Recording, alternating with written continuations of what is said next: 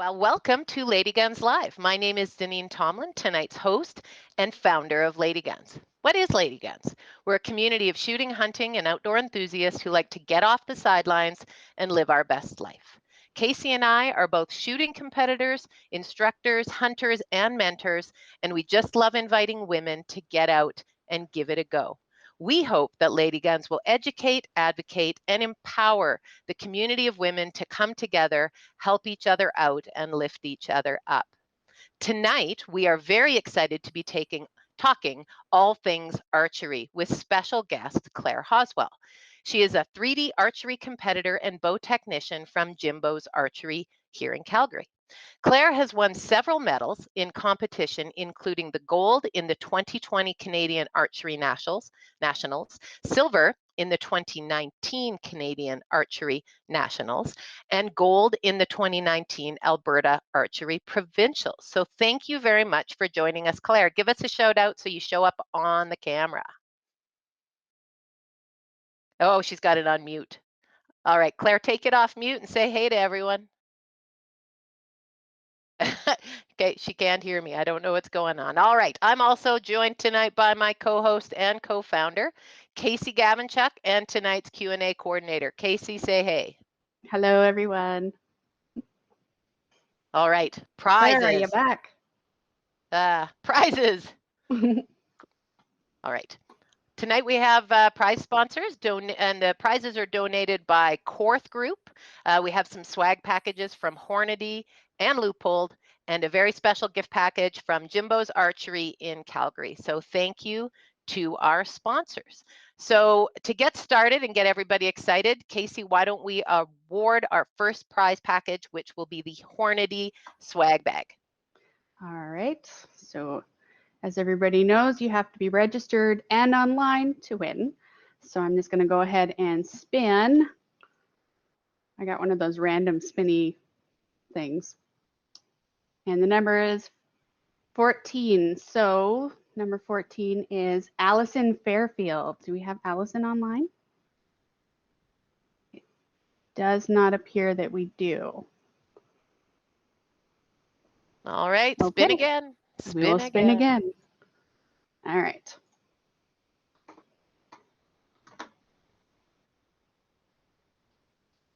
This takes a little bit longer than I thought it would.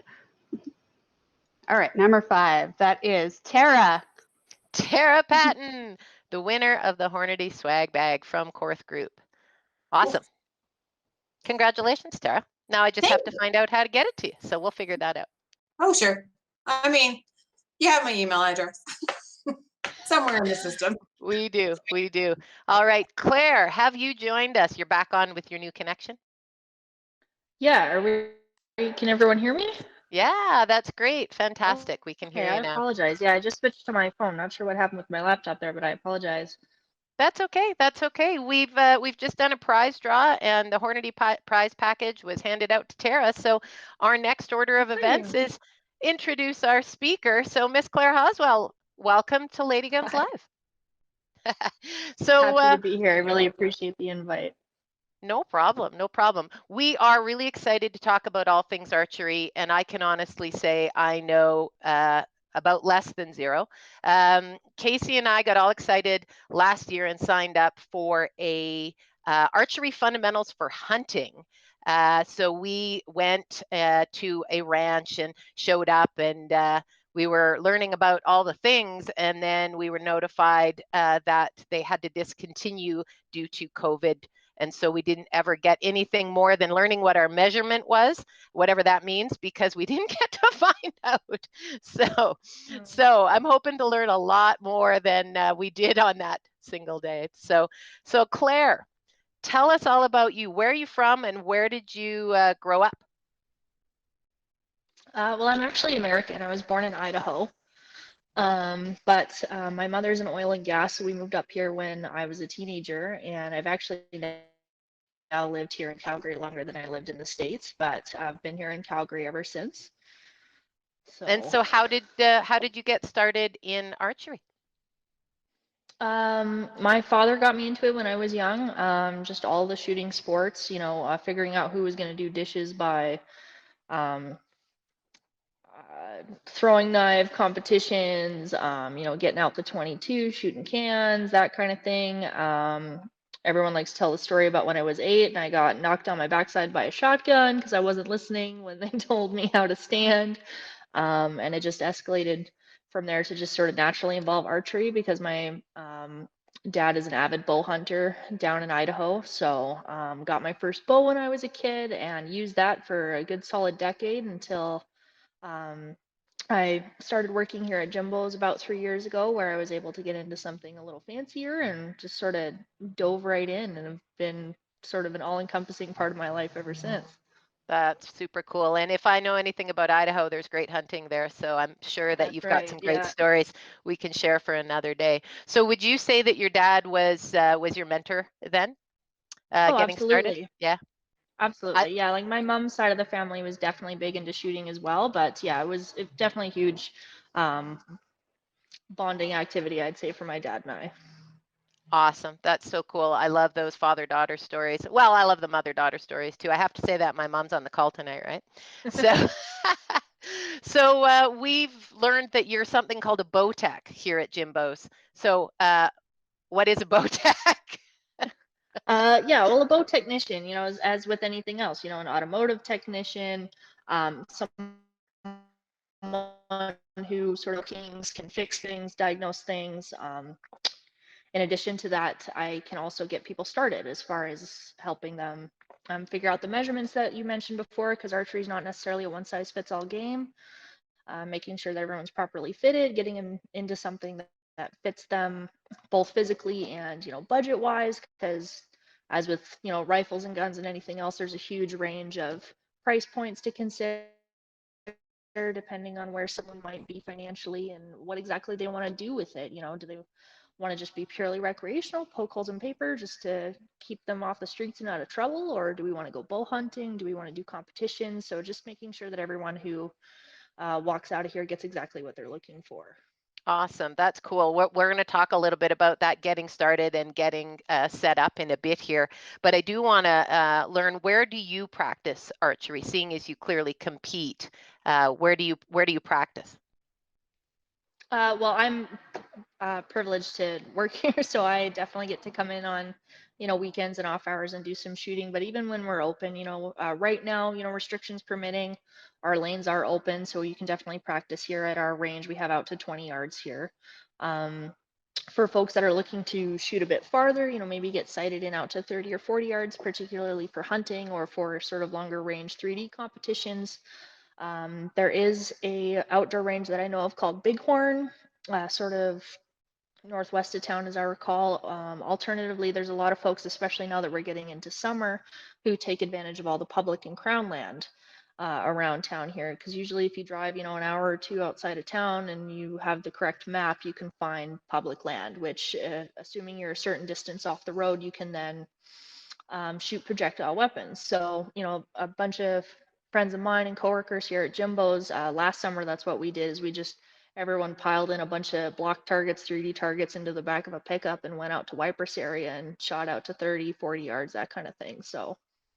Awesome. That's fantastic. I think the location of the outdoor club that you're talking about is just before Carstairs. Okay. I pass it quite often on the way to the sporting clays facility that I shoot at. So I think that's the one. So, so in all of that, do you yourself mentor and instruct as well?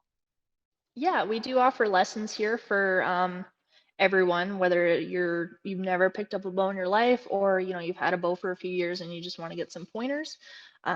Both compound bows and recurve. So compound being the ones with like wheels on them that you primarily see for hunting. Recurve being like what Legolas in Lord of the Rings shoots. Both traditional and more modern styles. We do offer lessons and rentals for both of those here. So I do myself as well as everyone on the staff can give anybody a lesson. That's cool. Awesome. Well, then let's get into getting started and getting set up, because you've touched on some really cool things and we're already getting some questions. So assuming that most of us know little to nothing about archery, we're probably today going to look for advice on what to do and what not to do. So So let's assume we're walking into the store and we want to get started. So what are those tips, or excuse me, those steps that you would take us through to get started? Well, what most folks do when they come in, you know, of course, we greet them at the door. How's it going? What are you looking for? How can we help you? And if they say anything along the lines of, you know, I'm looking to get into um, shooting my own bow, getting my own setup, then we just take them through the questions as far as what's your budget? What are you looking to do with it? And then the measurements that I said are very important. So when I say measurements, what I'm talking about is your draw length. And what that looks like is how far the bow needs to come back, basically. So particularly for compound bows, that is a fixed point. So for me, example, I'm 5'10" and I have a 27-inch draw length. I have a coworker downstairs, Samson, he's like 6'1", he shoots closer to like a 31-inch draw length. So that does matter because especially the higher end, more specialty bows can have a more limited range on exactly what they can allow for draw length. So that's important to know. It's also important to know eye dominancy. So with a rifle, it doesn't necessarily matter as much because 9 times out of 10, you're closing one eye and looking through a scope. So it doesn't really matter there. But with a bow, ideally, especially in a bow hunting situation where you're going to want your peripherals and your depth perception, it's ideal to shoot with both eyes open to get to that point through practice that you have both eyes open while shooting. So when you're drawing a bow and that string and that peep sight is coming back to one eye, it's important that that eye is the one that's most dominant. So most people aren't necessarily aware that that's a concept, I guess, that people do naturally aim with only one of their eyes. And about, I think, 30% of the population are what's called cross-dominant, meaning they could be right-handed but left-eye dominant.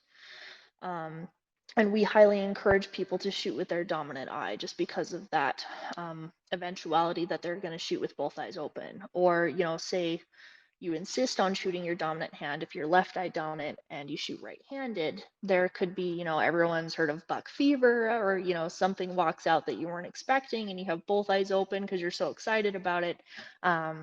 You could miss by several yards. So it's important that you understand what your eye dominancy is. So we do have tests that we can perform here to determine what your eye dominancy is. So that's a huge part of getting started, in my opinion, because even though it might feel a little funky if you end up being cross dominant for your first 6 or 10 shots, if you can stick with it, it makes it 1,000 times easier down the road. I've experienced that myself as a shooting instructor. When we work with our students, we certainly check eye dominance. And in the case of shotgun and pistol, we've got most people have both eyes open, so we certainly have to work with that. And I've experienced a number of cross-dominant folks, and we do have tips and tricks to overcome those. So yeah, it is when you are requiring your dominant eye for that depth perception, it's really important to use everything you've got right in your toolkit. So what are the different types of bows? You've talked about recurve, you've talked about compound. Are those the main two that are used? Yeah, I mean, there's some sort of funky hybrid in between stuff, you know, particularly for youth. There is a brand called a Genesis bow, for example. I do have those here that you can see that we use for some of our group events. So that is a bow that does have wheels, so it could be considered a compound, but you still draw it back with your fingers, and there are very few accessories on it. So it's sort of a mix between both. So, but primarily the two are compound and recurve that most folks use. And that's just personal choice, or I'm guessing that obviously you can do a lot of sports with both, or Absolutely. either or. Yeah. Yeah. No, absolutely. So, I mean, it just depends on what you want to do. You can hunt with both. You can do competitions with both. There's tournament categories for both. So it really just ends up being whichever one speaks to you more, really. There's pros and cons to both. There's points of both that are easier, points of both that are more difficult. So whatever floats your boat. Right. So the question that's asked often in the shooting sports that we deal with are there products for women? And if so, are they different for women than for men, other than painting them pink? Well, yeah, no, that's definitely been a point of contention for me personally because I don't really identify as a very frilly sort of pink and purple sort of person. So most bows that are marketed for women in actuality have been designed to be more efficient at shorter draw lengths. So it's only really been this year where Bowtech, bow company, actually came out with a bow called the Solution SD that is actually a bow marketed for shorter draw length men. So having men in the commercials and all the marketing materials. So that's exciting to see that short draw bows don't always necessarily mean pink and purple and teal and things like that anymore. So that's an exciting change to see. But usually when a bow is marketed for women, that usually means that it's been designed to be more comfortable or more efficient at a shorter draw length and a lower poundage. So do you have a preference that you work with when women come in? Is there a brand preference? Not that we're promoting or supporting any particular brand. On LadyGuns Live, they didn't send us any promo, but is there any product that you recommend or any company that sets up bows that that women like? I know there's an Eva Shockey bow or something like that that was recommended for a lot of women. No, yeah, Bowtech definitely, in my opinion, does sort of do the most as far as I'm aware for women's bows. They have a bow right now. I'm not 100% sure if it's being brought forward into the 2021 lineup, but it's called the Bowtech Carbon Rose, which is a carbon bow, which means it's one of the lightest bows on the market, which in my experience with women, you know, through my own personal experience and then also giving lessons with women, it's not necessarily a matter of not being able to draw the bow back. For women, it seems to be just holding the bow out that some women have difficulty with the super heavy aluminum bow, for example. So having a carbon bow that's made to be especially light is definitely a huge game changer for a lot of women who originally were under the impression that they can't shoot archery because they can't draw the bow back, or you know, they can't hold it up, it's just too heavy. But by having a carbon bow that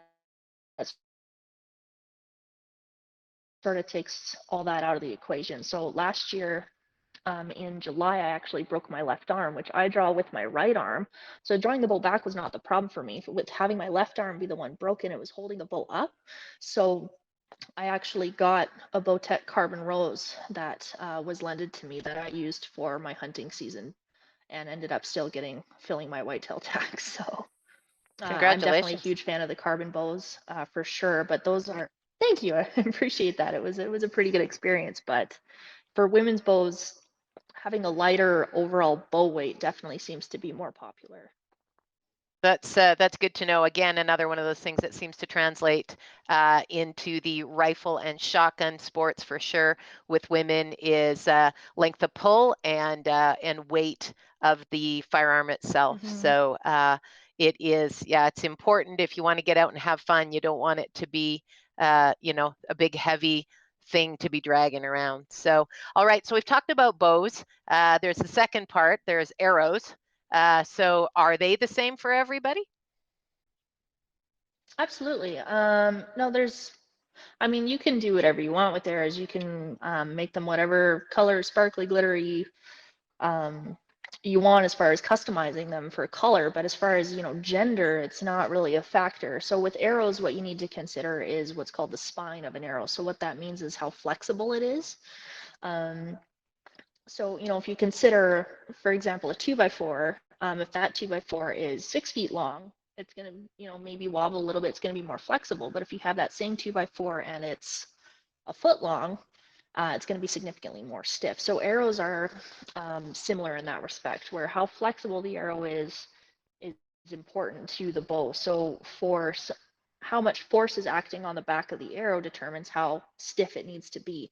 So my coworker that I mentioned, Samson, for example, pulling anywhere between 60 to 70 pounds, having his 30 to 31 inch draw length, his bow is exerting significantly more force on the back of his arrow than mine, say, with, you know, a 40 to 50 pound draw and a 27 inch draw length. So there's just more force, therefore he needs a stiffer arrow than I do.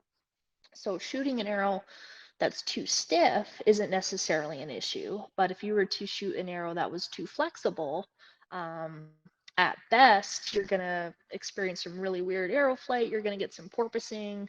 But worst case scenario, you can actually have the arrow crack or shatter. So it also becomes a safety issue. So in other words, I could shoot Samson's arrow safely, but he could not shoot mine. Got it. So not necessarily a gendered issue, but the flexibility and stiffness of the arrow does matter based on your measurements and what sort of a bow you're shooting. And you can interchange the broadheads, or well, they have different names. And again, I know nothing. So on it. So do you interchange the arrows that you're using for hunting and for sport, or are they different arrows entirely? I know that obviously there are attributes of it that would be different, but explain that to us, please. You don't have to. There are a lot of folks that have the same arrow for practice as they do for hunting, and there's definitely advantages to that, just because there's less to monkey around with come hunting season. You just swap your field point for your broadhead and off you go. You have the same arrows. Your sights are still going to be fairly similar, maybe a few little tweaks here and there to account for the different aerodynamics of a broadhead. But there's a lot of folks who have the same arrow across the board just because it's simpler and easy to do. For people like me and some of the people I work with who sort of exist in this in-between space between, we have our hunting, and then we also maybe do 3D competitions outdoors where we have to account for wind. Maybe we also do indoor target competitions. There can be an advantage if it's possible for you to have separate arrows for each. Outdoors, for example, you may want a thinner, more smaller diameter arrow so it's less affected by the wind.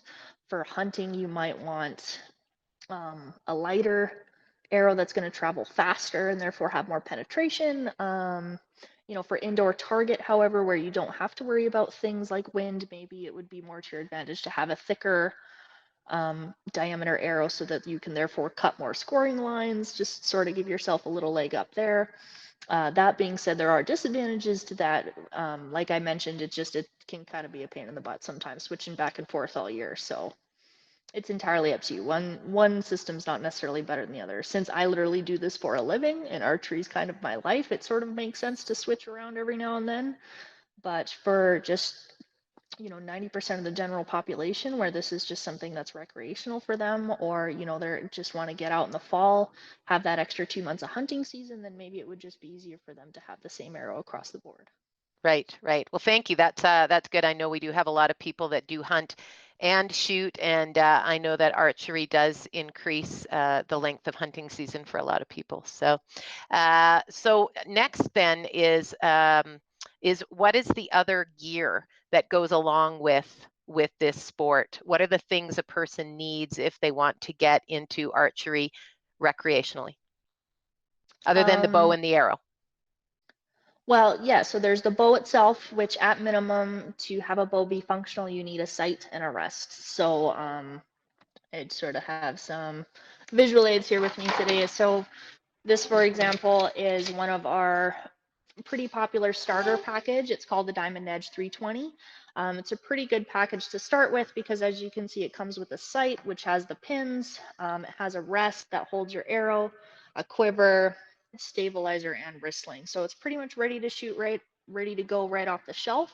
The only thing you need in addition to that are half a dozen arrows, which we do sell as well, obviously, and then a release. So a release is necessary for compound bows just because of how shallow the cam is. So this is a cam, and as you can see, that groove in there is very shallow. So if you were to say pull this bow back with just your fingers and you were to twist one way or another accidentally, even if you have every intention not to, there's a chance that the string can get pulled out of that cam, causing the bow to basically derail and cause some damage. So having a release is necessary. It's basically the same as a gun trigger, where this clips onto the string, pull the trigger, and it lets go of the string shooting the bow. So you need one of these, and at minimum, just a half a dozen arrows to get you started.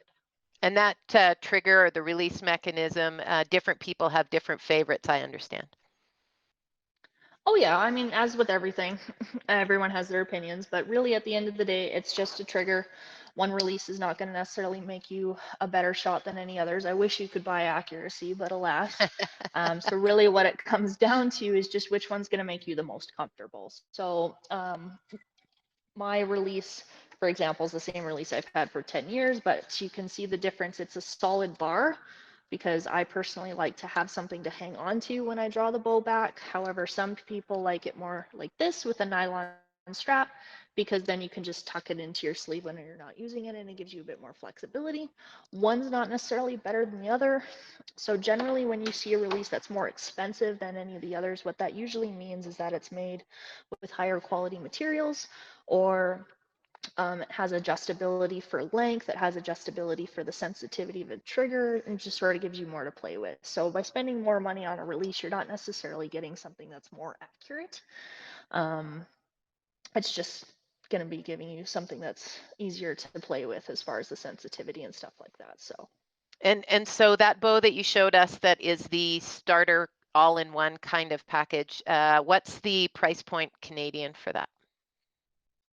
So this one is $529.99, and it's sort of one of the, in my opinion, it's the best bow for you to get into at the lowest price point if hunting's in the cards, just because it gives, it has enough speed out of it. It's got a little more zip than some of the less expensive bows. There are cheaper bows out there, but at least in my opinion, they usually just don't quite have enough punch to ethically hunt. Not necessarily saying all cheaper bows won't work for you, but this one's the best one in my opinion as far as what we sell at Jim-Bows Archery here, just because it's got the speed coming out of it. Plus it's a full package. Most of the less expensive bows don't include the quiver or a stabilizer. They're just sort of a more stripped down package. So as for someone just looking to get into it, thinking that maybe hunting is going to eventually be a thing, this would be a great place to start. Excellent. And so somebody like myself or Tara, who asked, I think it was Tara who asked a question about the price, we walk into the store and we're interested in that. Where does it go from there? What happens to get me set up, or to get Tara set up so we can go upstairs and give it a go? Well, usually what we recommend if someone comes in saying they want to get set up with a new bow, very rarely do they actually say, I want that one. We highly encourage people to sort of maybe try out 2 or 3. You know, there are some other bows in that similar price point that just might be a little bit heavier, or a little bit faster, or just sort of in that similar sort of $500 to $700 range. So what we usually do if that person has the time is to pick out 2 or 3 of them, get them set up for their draw length, and then get them on the range putting a few arrows through each of them, because the one that I like might not necessarily be the one that you like. Sometimes it comes down to the tiniest things. Some people might, there might be a bow that I love, but then someone else tries it and they don't like the grip, or maybe the draw cycle is a little too harsh for them, or it's really hard to say what's the best bow for someone.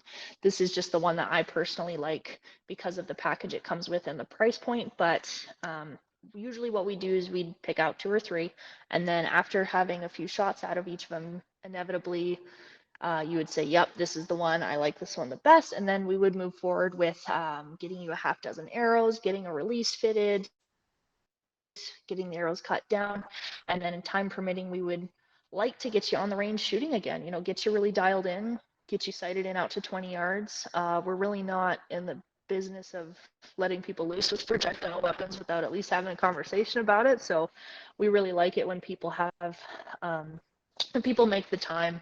We usually like to budget anywhere around, an hour plus, just to really make sure that you understand everything, including range safety, how the bow operates, maybe how to adjust the sights yourself, give you a little more independence there so you don't have to come back every time you need something done. But yeah, that's generally how it works for us. That's fantastic. So you've got a try before you buy program. And I know that my experience with women in the firearms community is very much a try before you buy, if the option is there. And a lot of us lend our gear out so that women can try a variety of different actions or types in order to really find what they like, because it is a big commitment financially, especially if you don't know if you're into it yet. So that's fantastic. Casey, I see we've got some questions coming in about specific parts of the package. You want to go ahead and ask those? Yeah. So, oh, my screen just moved. So you got that Tara was asking about the price range, and then we had Rahina was asking what kind of bow you would recommend to start with. So I don't know if she That's was so talking vague. about. Yeah, it's entirely up to you. Like I said, if compound is in the cards, something like that Diamond Edge 320 would be great, especially if you're looking to be a little more budget friendly. We do have some folks coming in that budget might not be as much of a factor, in which case you could look at something a little more mid-level or higher end, maybe one of the flagship bows. As far as what's going to be the best bow for you, though, like I said, it's really hard for me to tell you. It's what I highly encourage people to do, and everyone here at Jim-Bows encourages people to do, is try out a few. Let's pick out 2, let's pick out 3, let's have you put some arrows through them. That's going to be the best bet for you to figure out what's going to be the best bow for you, because that's a question we get a lot. You know, guys walk in and they're like, well, what's the best bow? I don't know. What's the best truck? What's the best car? You know, are you a Chevy, Ford, or Dodge guy? It's hard to say. So I highly encourage you, if you're curious about the sport, to maybe make some time to come try some out. Alternatively, if you might not necessarily be ready to bite the bullet and get your own setup, you're not 100% sure that archery is your thing. Like I think we were talking about at the beginning, we do offer lessons, we offer rentals. We just sort of can let you try things out. You know, we'll spend anywhere from 15 to 20 minutes up to an hour with you for a lesson. And once I'm comfy that you're comfy and no one's going to get shot in the foot, I'll start to leave you alone. It makes a great date night or sort of family event. We do rentals and lessons for anyone over the age of 10. Maybe that's your best bet, because we also offer a program too where at the end of your lesson you get what's called a shooter card. It has your measurements, what bow you used, your eye dominancy, and then we also add the date that you came in for your lesson. And we have a thing where if you come back within 30 days of that lesson and purchase your own setup, we actually take the cost of the lesson off the price of the bow, because the lesson is included in every bow purchase. So if you had a $45 compound lesson or $35 recurve lesson, then that's going to be taken off the cost of the bow if you come back to get your own setup within 30 days. Oh, that's Wow, fantastic. that was an Thanks, Claire. awesome description. Jackie Williams was asking, which do you prefer to shoot, compound or recurve, and why? Well, it's tough. I mean, there's a special place in my heart for my compound bow, just because that's what I use for hunting, I use for tournaments. That being said, I do also have a recurve. It's more relaxing in a way. It depends on what mood I'm in. You know, compound, especially for tournament shooters, you know, it can get pretty stressful. You can get so dialed in that you can start to get upset over the centimeters, for example. It just gets to that point where missing by the tiniest amount can sort of ruin your day. And in which case, if I just switch to my recurve, then I'm just happy to hit the square paper target sometimes, because it's a lot more difficult to get those tight of groupings with the recurve. So it just sort of keeps you humble and makes you more aware of how much practice it takes to really get good with a recurve, especially if you're shooting more traditionally without any sights or fixins or anything like that on it. So I'd say there's a time and a place for both. I mean, compound is definitely easier to hunt with, just because it gives you all the help you need as far as sights and arrest and a lot more consistency. It takes a lot less practice with a compound to get to the point where you'd feel comfortable ethically hunting than it would for a recurve, for example. There are traditional hunters out there, though, who are very successful. Generally, with recurve, though, you need to get a lot closer to the animal just because there's a lot less feet per second there. But really depends on what mood I'm in. Sometimes you're out camping and, you know, maybe there's some other folks camping, you know, sort of in the same field, and maybe it'd be better to shoot the recurve, because that way if it sort of slides along the grass, it's not going to go as far. You don't have to worry about it so much. Recurves are also generally a lot easier for, you know, say if I'm shooting and my friend's like, oh, what's going on over there, for them to then shoot my recurve, because like I mentioned before, compound is definitely not a one size fits all game. You know, my bow might not fit another bow. Might not fit another person. Like I said, with my 27-inch drawling, say my friend's got a 24-inch drawling, she's a tiny little thing, it's not going to work as easily there. So recurve can definitely be a lot more fun, I think, for sort of more casual recreational use. For me personally, anyway, I'm not anywhere close to being comfortable hunting with my recurve yet. Oh, cool. Thank you. We have a couple more questions, but I think we can take a break for just 1 second and we can do the second prize package if you guys are okay with it. I think the next one is a prize package from Loophole. So we'll just spin the wheel. Spin the wheel of prizes. Spin the That's very- wheel. And we have Paige is our next winner. Is Paige online? I do not see her. Okay, so we will try that one more time. We've got one person that's coming up as unknown. That's your mom. Oh, that's my mom. So unknown. Okay, you don't win, Mom. Kyla. Kyla, you keep winning, girlfriend. That is amazing. Congratulations. She won Thanks, the Beretta guys. prize package swag bag at the last show. So now you've got the loophole goods to go with it. Woohoo! Thanks, Yeah. everyone. Congrats. That's fantastic. That's fantastic.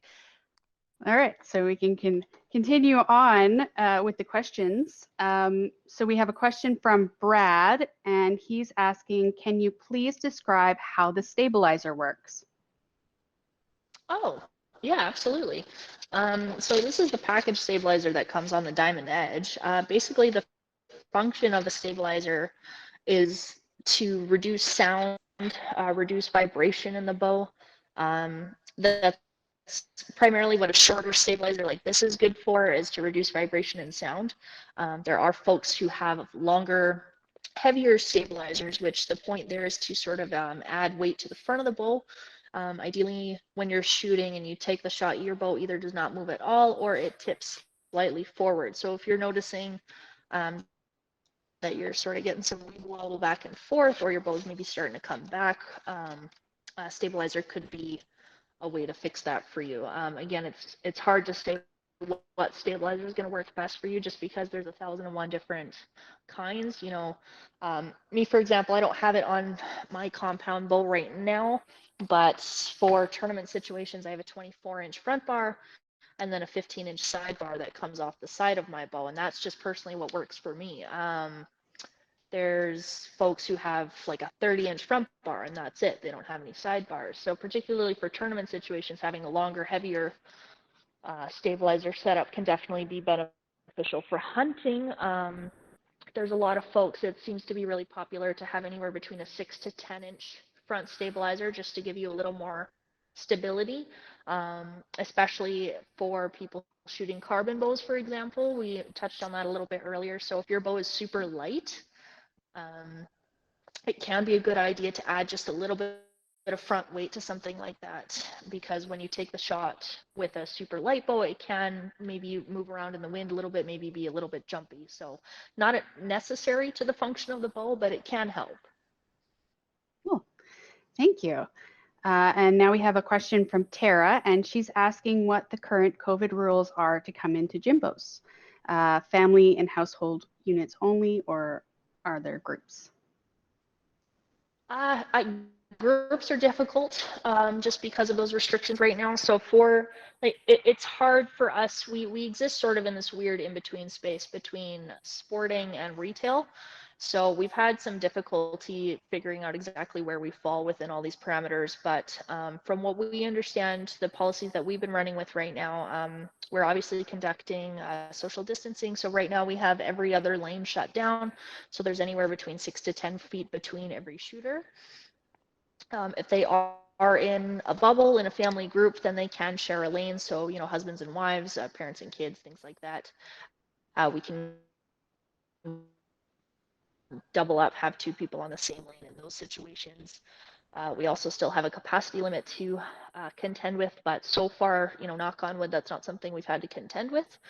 Other than that, yeah, groups are difficult, just mainly because of the distancing issue. So we have had problems. We haven't really necessarily been able to do things like birthday parties, corporate events, things like that. But for, you know, maybe more of a date night or a family night kind of event where there's maybe 2 to 4 people who all live in the same household, then that's definitely something we're still able to accommodate right now.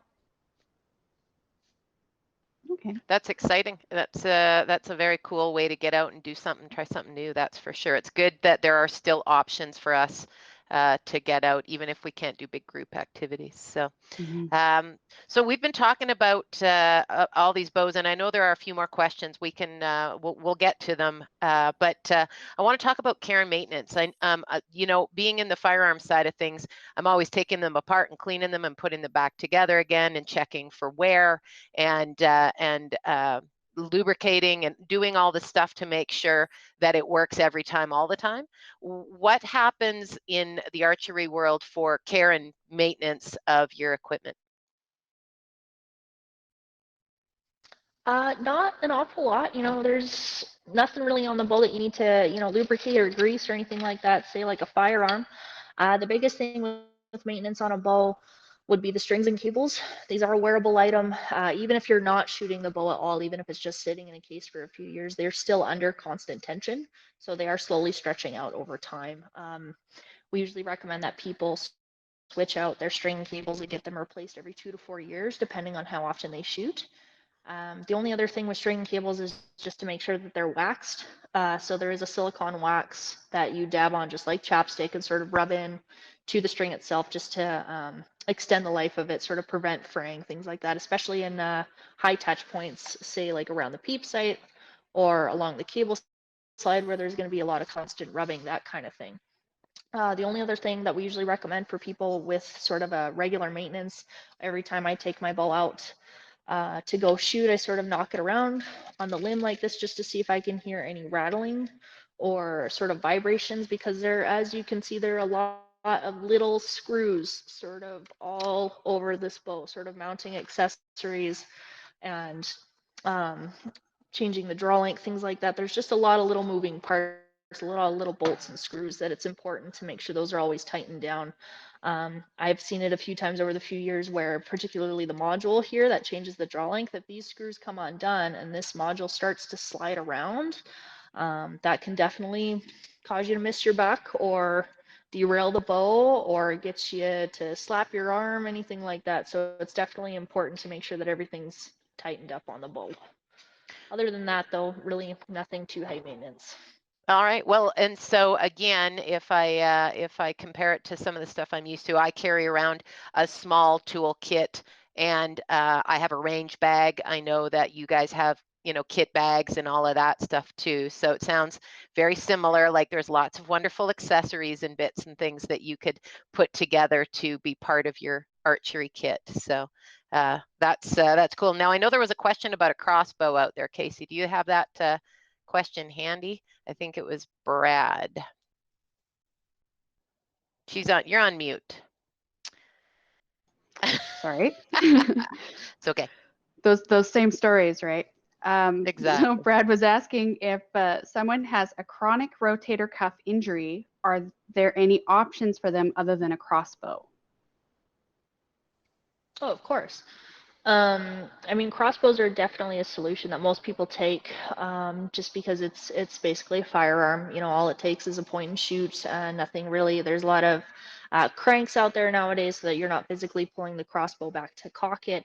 So it definitely makes it a lot easier on people who have injuries. There's also, from what I understand, if you can prove that your injury is going to uh, last 3 years or more, you can actually apply to a permit to use your crossbow during bow hunting season. I However, understand that to be it correct as well, Claire. I understand that to be correct as well. yeah. Yeah. So it's if you know, if you're a bull hunter, that's definitely something to consider depending on the injury. You know, me for example, breaking my arm last summer, that's obviously not an injury that's going to be sustained for 3 or more years, but really it's going to be a matter of what works best for you. So for me, like I was mentioning, my problem was just holding the bow up. So my solution to that was to temporarily switch to a lighter bow until I built that strength back up. So if your problem is more in the shoulder that you're going to be drawing the bow back with, there are a lot of bows out there that have a lot of adjustability. So the Diamond Edge actually has quite a bit of adjustability with, it'll go all the way up to 70 pounds and then it'll actually crank out all the way down to 10.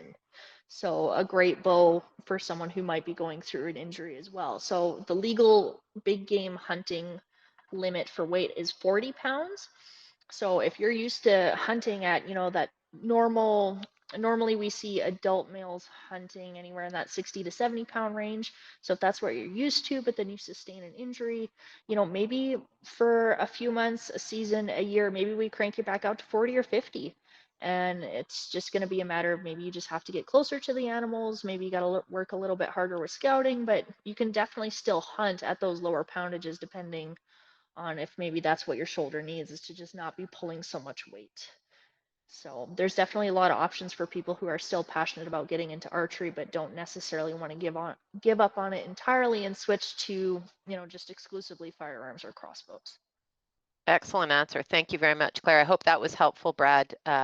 Yeah, it sounds like there's options for you. So that's amazing. So I'm just looking at my list of questions here, and I think we've covered most of them except for some of the uses in sports. So I wanted to touch a little bit. We talked about hobbyists. They can go to the various ranges, the Crownland. They can go to the archery centers. I think Jim-Bows has one in Edmonton as well. And then there's obviously they're across Canada. So that's good for a hobbyist. But what about a competitor, Claire? Where do they train? Where do they practice? And is it a team sport? Like, is it something that you join a team and become a competitor, or is it an individual sport? Well, obviously people can train here. We do have a lot of tournament shooters shooting here regularly. There's a couple of folks downstairs right now that regularly shoot tournaments like provincials, regionals, things like that. Our range is definitely open to people like that. As far as team sports, and there's not necessarily teams in archery. I mean, there can be some competitions where there are team events that involve making sure that your team is representative of a variety of different age groups, things like that. But it really translates more, I think, to clubs. There are archery clubs.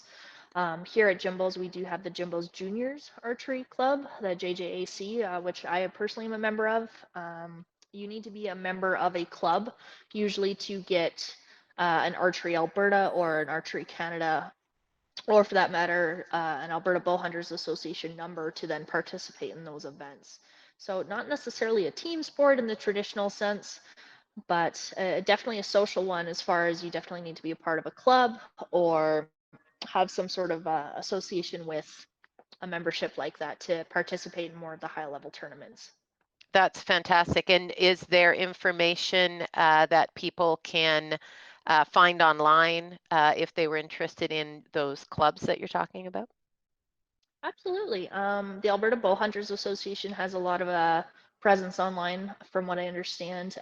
Here at Jim-Bows on our website, there is a tab that will direct you to the Jim-Bows Juniors, where you can get more information about both the junior program. If you have kids over the age of 10 with their own equipment who would like to participate in that. I do believe we are on the second to last week of our current session, so it would probably be sometime in the future, but you can look into that. And then in addition to the junior program, there's the junior club, which despite the name is our membership club for anyone interested in gaining an Archery Alberta or an Archery Canada or an Alberta Bowhunters Association number to then participate in those events. So that's all available on our website. I believe you can also go check out Archery Alberta or Archery Canada. I believe their websites also has a lot of information on what events are happening, how to get involved with those events, clubs, archery ranges across the country, things like that. So I believe there's a lot of information out there for people who want to find it. Wonderful. And are there any women's leagues or women's events or all women archery activities? Unfortunately, not that I'm aware of. It is a shame that it is a gendered sport, considering that in most target archery competitions, there isn't really a weight limit or a weight cap, depending on the category you're in. But really, with archery, I agree, Tara, good call. But there's archery categories that are women specific, which can be a good or bad thing depending on your opinions, I suppose. So for me, for example, I'm in the women's senior compound fixed pin category. That's my category. So there is also a men's senior compound fixed pin category. So there are women specific parts to every competition and tournament. Wonderful. So LadyGuns started with shotgun events for women, and then we added ladies' nights for pistol, and then we set up those kind of evenings where whether you're new or you just want to hang out with a group of ladies, we get everybody in the range and we have a lot of fun. So maybe we should talk to you guys and see if we can get the same thing happening over there as COVID allows. So that would be really exciting. So, and Tara's signing up already. Look at her signing up online. Excellent. So the last thing I want to ask about is mentoring. I mean, in the competitive sports, obviously coaching and mentoring is very important. One thing I have certainly found in the shooting sports with women is women like to be invited. Very rarely do women just boldly walk in and say, I'm here, take my money. They want it to be on sale too, by the way. But what we want is that invitation. And so what I want to know from you, Claire, is how do the LadyGuns tribe, how do women get involved? Are there mentors and women that can help them along the way? And that would be both for hunting and for just archery in general. Oh, 100%. I mean, I am obviously more than happy to help anyone who's interested. Anyone who comes through the door who, might be more on the shy side or maybe hasn't had really good experiences with sort of outdoor or shooting sport type places, like maybe some of the big box stores or any of the smaller places, maybe they haven't had a good experience walking in. I know I think every woman has a story about walking into a gun shop or no fishing shop or something and just not having a good time. So I'm one of the full timers here. So with rare exception, I'm here a lot. So if someone's maybe a little nervous about it or maybe wants to maybe have that connection with a woman, then of course I can help with that. Alternatively, there are a lot of women here sort of in the Jim-Bows family, a lot of our regulars, a lot of our customers, family, friends, things like that, who are women who would also be more than welcome. More than welcoming, more than happy to help anybody, whether it be for, more the target side of things. We have a lot of really amazing female coaches in our junior program who are helping a lot of the kids work on things like tournament skills and things like that. That would be absolutely delighted to help any adult as well. There's also, one of the owner's wives would possibly be interested in helping someone maybe more with the bow hunting side of things. It just takes taking that first step to ask the question. Give us a call, send us an email saying, maybe, hey, when's that weird blonde girl going to be there? I'd like to maybe make sure that she's around when I want to try out a bow, or it never hurts to ask. I'd like to book a lesson. Is there any way that we can make sure it's done by a woman? That's not something to be scared of. That's not too much to ask. So it's really just about taking that first step, because we're more than happy to help you. Perfect. That's awesome. Thank you so much, Claire. So on that note, and all these great things that we've talked about with all the activities at Jim-Bows, why don't we give away the Jim-Bows gift package? So Claire is wearing the T-shirt that is just like the one that we're giving away, or that Jim-Bows is giving away, and there's a matching distressed cap there as well. So I love it. It's an unhappy face plus the Jim-Bows Archery logo equals a happy face. So simple and to the point. So Casey, who is Claire going to give the prize package to? Okay, so we have Jake is the winner. Jake, well, I hope you have a lovely lady in your life for this woman's T-shirt. We also, or you can wear it. Actually the men's version, so if I'm sure we could maybe make an exception and get you the men's version. That's fine too. All right. Well, congratulations, Jake. That's fantastic. Excellent. Well, now that we've given away all our prizes and we've asked all the questions, and Claire, you've done such a great job answering them for us today. I want to give you a big thank you for being our special guest tonight. And I think a lot of the information can be found, and you can be found at Jim-Bows Archery, which is jimbowsarchery.ca. Is that correct? That's right. Excellent, excellent. All right, well, we're just going to do some final thank yous and some wrap-up notes and close off our show for this evening. So I just again want to thank our prize sponsors that were donated by the Korth Group and Jim-Bows Archery in Calgary. Thank you so much. I also would like to mention that LadyGuns is a proud ambassador of Bolt Action Coffee. So please visit boltactioncoffee.com for coffee and swag. Check out my favorite, which is a medium espresso called Overwatch, which I have on the daily. I just found out they just launched a dark roast called Midnight Canoe Trip. So everybody should give the canoe trip a try, I guess. So That'll be my new favorite. there you go. That's right. You're a dark roast fan. So upcoming events and all of our events can be found at ladyguns.ca. So we are also now linking other ladies events, ladies leagues, and youth and outdoor activities on our website's event page. And as the spring and summer outdoor season is fast approaching, we are now filling those up. And we're also looking for those ranges that are having those women's days. Get out and give it a try. We'd love to know who you are out there so that we can tell people where they can go. Some of those great small town gun ranges set up ladies' days. So we're looking for ambassadors, we're looking for content creators and special guests for LadyGuns Live. So please send us a note if you're interested in being a part of the LadyGuns tribe. And if you need help getting started or you need a shotgun or a pistol refresher before the season, let me know and we can set something up. Casey's out in Kamloops. I'm here in Calgary. We support activities at a number of ranges. And now we have Claire if you want to get started in archery. So you can give her a call and get started. Well, the next LadyGuns Live is going to be exciting. It's Wednesday, April 7th, so mark your calendars. We will be celebrating Easter break by talking about food. So our special guest for our April 7th LadyGuns Live will be Chef Brianna from Hunting Season Spices. She's out of Saskatchewan, and we're going to learn the secrets of cooking all that wild game that we harvested last hunting season. And Brianna says that wild game shouldn't taste gamey. So she's going to teach us how we make sure that doesn't happen. So stay tuned for more info. If you don't want to go to the website, but you would like the information to come to you, just register for our newsletter. And it's on our website, and you'll get all the updates sent to your inbox. So remember that LadyGuns can be found on the web, on Facebook, on Instagram, on Pinterest. And if you are watching this on YouTube, please like, follow, comment, and share. So thank you all once again for joining us on LadyGuns Live. I encourage you all to find a way to get off the sidelines and live your best life. Just get out there and give it a go. And Casey and I hope to see you out there.